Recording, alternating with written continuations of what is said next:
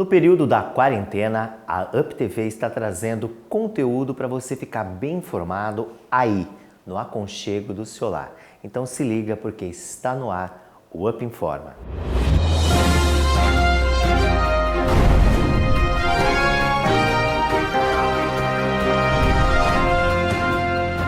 E a gente começa com uma notícia triste. O representante comercial Claudinei Clemente, que reside no bairro Molon e foi o primeiro caso confirmado de coronavírus em Santa Bárbara do Oeste, faleceu nesta sexta em razão das complicações da doença. E o bispo barbarense Dom Aldo de Silo Pagotto, que atuava em Fortaleza e era bispo emérito da Paraíba, é a primeira vítima de Covid-19 entre o episcopado. Dom Aldo tinha 70 anos e enfrentava tratamento contra um câncer e apresentou sintomas da doença. E o município de Santa Bárbara do Oeste passa a divulgar, além dos números, um mapa ilustrativo dos casos suspeitos e positivos de Covid-19. O mapa informa onde estão os casos suspeitos e positivos para que o cidadão saiba a incidência de casos em cada região do município.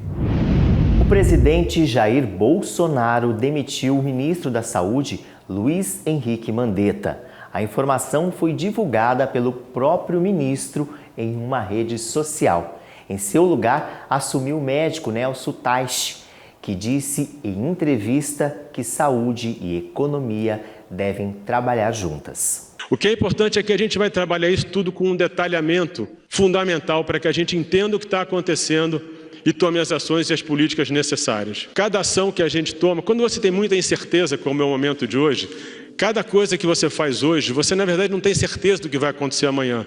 Colher esse dado ao longo do tempo é fundamental.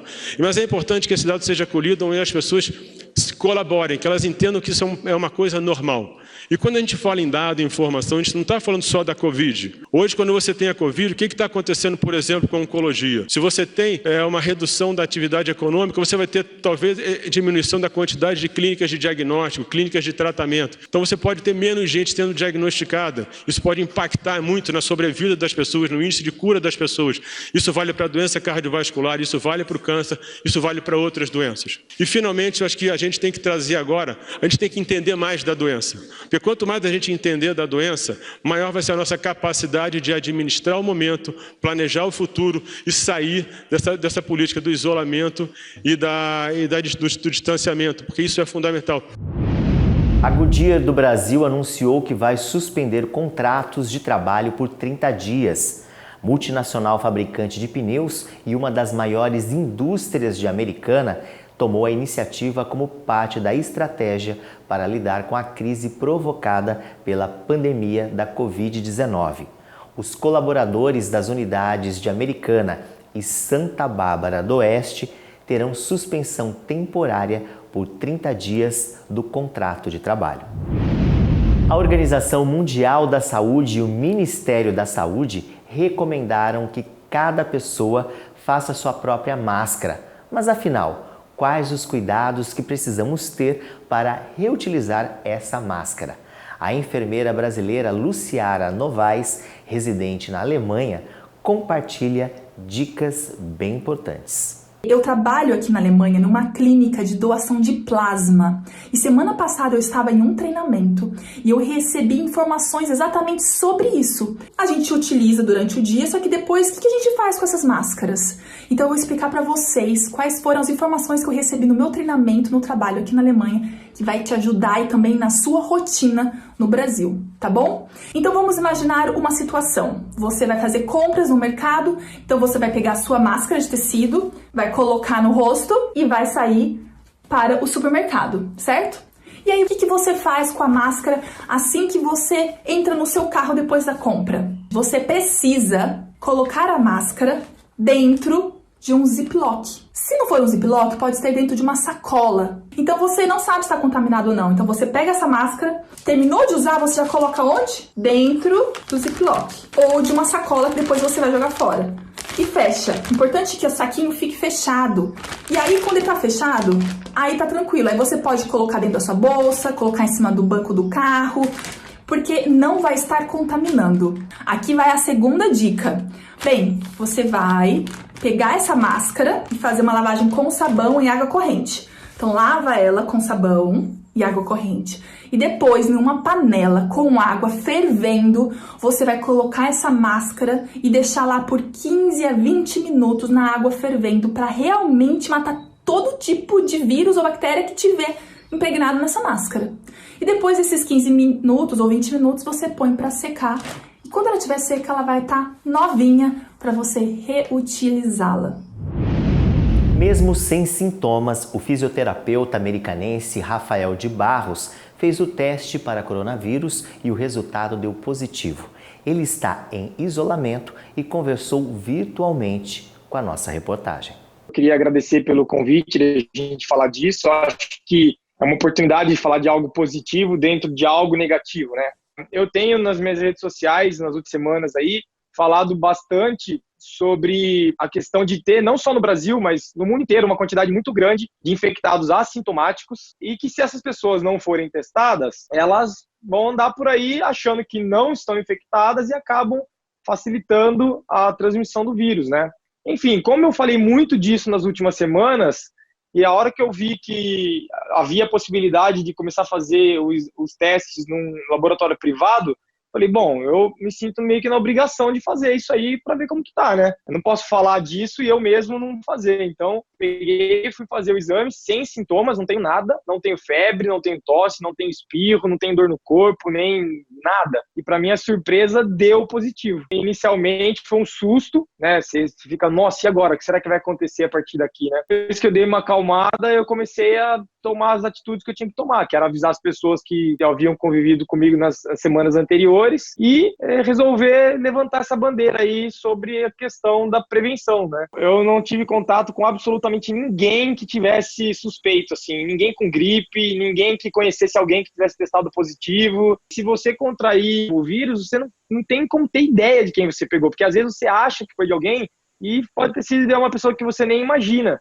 porque é uma quantidade muito grande de assintomáticos positivos.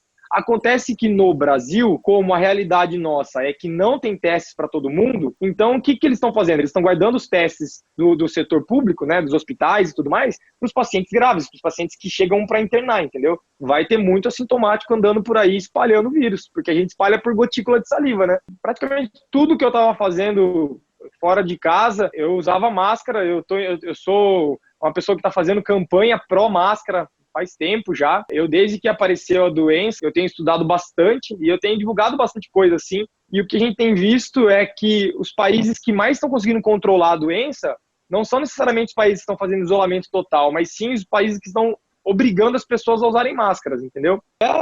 Máscara caseira é o suficiente, porque na verdade é uma barreira mecânica para as suas gotículas de saliva não ficarem sendo distribuídas por aí, né? Ela protege as outras pessoas caso você esteja contaminado, entendeu? Então, assim, se eu usar, mas ninguém mais usar, eu não vou estar protegido, entendeu? Então, eu ia pro mercado, por exemplo, eu estava de máscara, mas eu era, sei lá, 5%. Então, a máscara é mais para que a pessoa que talvez possa estar contaminada e não saber, que ela não espalhe o vírus por aí. Ela não é tanto para proteger quem está usando, entendeu? Primeiro que essa sensação das pessoas estarem relaxando é justamente porque a Americana só tem 7 casos, Santa Bárbara tem 3 casos. O recado final que eu deixo de verdade é que as pessoas usem máscaras, tá certo? Mas é assim, a máscara só vai funcionar se todas as pessoas usarem. É justamente para que você não corra o risco de estar infectado, não saber e ficar passando o vírus aí para frente. Por causa da pandemia e da crise que o mundo está vivendo, muitas pessoas têm se preocupado com o próximo, têm olhado mais para os necessitados e têm despertado o desejo de ajudar. Por isso, estamos trazendo histórias para te inspirar a ajudar. Já mostramos uma instituição na cidade de Hortolândia e agora vamos conhecer outro grupo de apoio. É com você, Nadine. E agora nós vamos para a cidade de Sumaré conhecer um pouquinho do trabalho do Projeto Fé e Obras, que começou despretensiosamente no Natal de 2015, mas toda a equipe foi tomada por um amor tão grande que percebeu que isso não era só uma ação, isso era um chamado. E eles estão atuando até hoje. Então, eu quero apresentar para vocês a Tânia, que ela é coordenadora do projeto Fé e Obras. Tudo bem, Tânia? Tudo bem, e vocês? Muito feliz com a oportunidade. Eu queria que você, para quem, né, ainda não conhece o projeto Fé e Obras, qual tipo de trabalho vocês oferecem? Que tipo de pessoas vocês ajudam? Quantas pessoas fazem parte da equipe hoje? Legal. Nossa equipe hoje ela conta com mais ou menos de 40 a 50 voluntários, atuantes e colaboradores, além dos doadores. Nós trabalhamos com foco em moradores em situação de rua e famílias em situação de vulnerabilidade social. E como é que está sendo, né, durante esse tempo de pandemia? Assim que começou a quarentena, eu recebi um vídeo que me deixou muito impactada, que um morador de rua, ele chegou para uma pessoa e falou assim, nossa, as ruas estão tão vazias, o que está acontecendo? Todo mundo se protegendo dentro das suas casas e eles não sabiam o que estava acontecendo. Aquilo me marcou de uma forma, né? É uma situação muito triste. Verdade. A princípio, quando tudo começou a surgir, começou a intensificar a situação aqui no Brasil, nós já começamos a falar com eles, né? Nós já começamos a levar álcool em gel, começamos a levar sabonete líquido e contar para eles. Eles ficavam espantados e a gente foi começando aí conscientizando eles. Como que funciona o trabalho de vocês, o atendimento? O que vocês levam para essas pessoas? Eu sei que é tudo, né? Vocês levam tudo. Alimento, é comida, é produto de higiene, é um abraço, então, né? Hoje, o que nós estamos fazendo? Nós estamos levando o nosso alimento, levando o nosso kit de higiene pessoal, que é o sabonete, o creme dental, está levando o sabonete líquido também e álcool em gel. E está indo para as ruas só 4 ou 5 homens. Então, hoje o nosso trabalho está mais só entregar o alimento, não está mais como antes. Hoje, por conta da pandemia, a gente teve que barrar um pouco o afeto, justamente para não levar para eles algum tipo de risco. Então, hoje o nosso trabalho está sendo menor. Nós continuamos entregando o alimento, porque a fome não espera. Com pandemia, sem pandemia, eles têm fome. Então, o nosso cuidado hoje está sendo esse. Levamos o nosso alimento, o nosso marmitex, levamos a nossa sopa, levamos o nosso kit, levamos o nosso oi, tudo bem, mas de longe, distante. Os voluntários com a máscara, os voluntários com a luva, o tempo todo com o álcool em gel nas mãos, mas continuamos fazendo a nossa parte. Vocês fizeram um trabalho muito bacana, vocês fazem um trabalho muito bacana, né? Quem acompanha eles nas redes sociais, né, no Facebook, eles estão sempre compartilhando as ações que eles fazem de cortar os cabelos. Eu estava vendo uma foto das moças cortando as unhas dos moradores de rua, as unhas do pé do morador de rua. Tem forma mais linda de servir do que essa? Eu desconheço. Mas eu queria falar do trabalho que vocês fizeram também na Páscoa, de levar chocolate para as crianças, né? Quantas... E foi assim, um trabalho manual. Vocês fizeram coelhinho, cestinha com coelhinho para colocar os chocolates dentro. Então, é um trabalho que a gente vê que tem amor empregado lá, né? Com certeza, tem sim. E aí, esse ano também, por conta da pandemia, a gente teve que reduzir a nossa festa, né? Porque como a gente faz esses trabalhos sazonais com crianças, a gente busca crianças carentes, né? Geralmente a gente faz uma festa. Então, são 4 horas.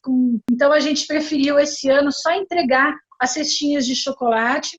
Então, as voluntárias fizeram com todo carinho, como você falou, né? E aí, com a ajuda de todos os voluntários, nós conseguimos arrecadar os bombons, né? Então, cada cordeirinho tinha uma média de 12 a 15 bombons, né, de chocolates. Esse ano a gente fez 250 cordeirinhos com chocolate e foi entregue tanto lá para a ocupação, para aquelas crianças carentes, quanto para as famílias que a gente atende. Então, quem conheceu um pouquinho da história do Projeto Fé e Obras, que se sentiu tocado e que quer colaborar de alguma forma, como que ela faz? Presencialmente, a gente teve que limitar. Estamos com um número reduzido de voluntárias na cozinha, número de reduzido, como eu disse há pouco, nas ruas também. Mas hoje o que nós estamos precisando? Alimento. Todo tipo de alimento. E, principalmente, produtos de higiene pessoal e limpeza. Né, porque eles não comem apenas, eles têm casa para limpar, tem que usar uma água sanitária no banheiro, no chão, tem que usar o álcool em gel. Então, a gente está pedindo para que intensifique as doações de produtos de higiene pessoal, limpeza, leite e cesta básica. vai começar mais para o final do mês, começar a arrecadação também de cobertas, né? Porque eles precisam, e as famílias também precisam desse cuidado. A maioria das famílias tem muitas crianças, então roupa de inverno, calçado de inverno, tênis, alguma coisa que aqueça, meia, são coisas simples, mas que faz muita falta para quem não tem. Quem quiser, então, ajudar com as doações, como que faz? Procura você, passa o telefone para a gente. É o número 98828-0847. E tem o nosso Facebook também. Eu sempre falo, Nadine, que assim, aquilo que sobra para você faz falta para alguém. O Clube dos Cavaleiros de Americana divulgou nova data de um dos maiores rodeios do Brasil. Prorrogada, a 34ª Festa do Peão Boiadeiro de Americana deverá acontecer de 4 a 13 de setembro. A expectativa é manter a mesma grade de shows. Sexta-feira chegou e hoje temos uma estreia, Chá Literário. Toda semana traremos dicas de livros para você aproveitar essa quarentena.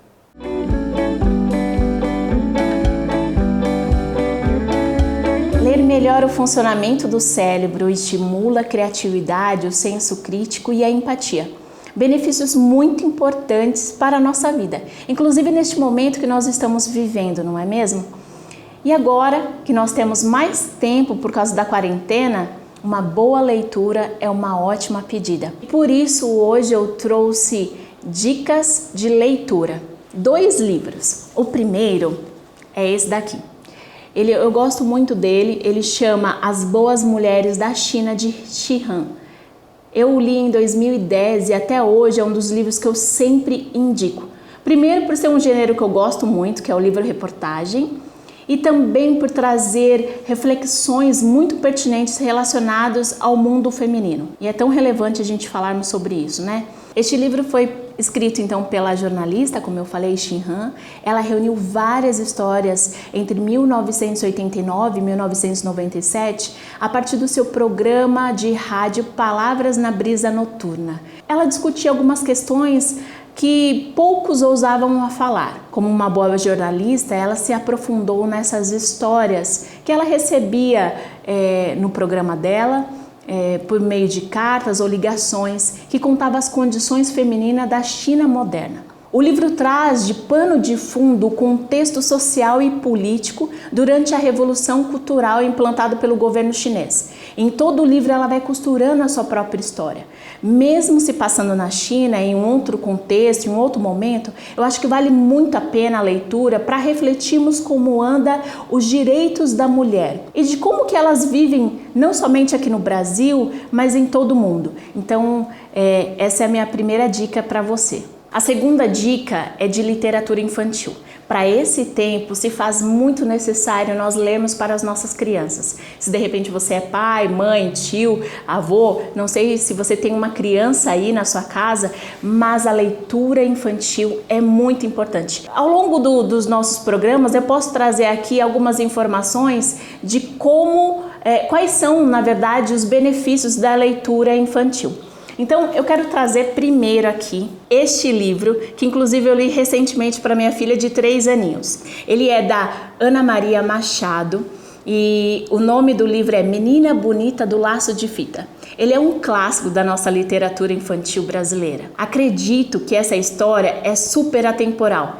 Embora ele traz algumas expressões que eu não sei se nos dias de hoje seria tão bem aceitos por algumas pessoas, como preta, pretinho, mas a história conta sobre uma menina que ela é muito linda e que um certo coelho achava ela tão linda que queria ficar igual a ela. Ele tentou de várias maneiras ficar igual. Inclusive ele tomou um café para ver se a cor mudava. Eu acredito na temporalidade desse livro, pois gera uma reflexão para as nossas crianças sobre o respeito às diferenças e que a beleza ela transcende a cor da pele. E fora que trazer um negro como protagonista da história realmente é muito interessante, já que se faz necessário nós falarmos sobre o racismo estrutural que ainda a gente vive, infelizmente, no nosso país e na nossa sociedade.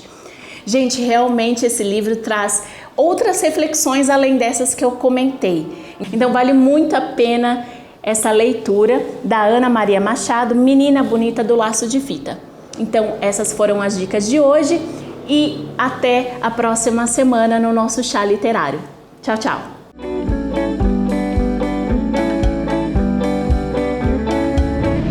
Rick Balada, cantor de pop brega aqui da região, mandou um recado nesse tempo de nervos aflorados que simplesmente viralizou nas redes sociais.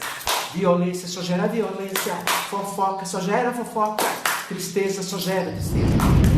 E você já sabe que a informação é o melhor remédio contra o coronavírus. Fique então sempre ligado aqui na UP TV, no nosso UP Informa. Bye bye, ótimo final de semana.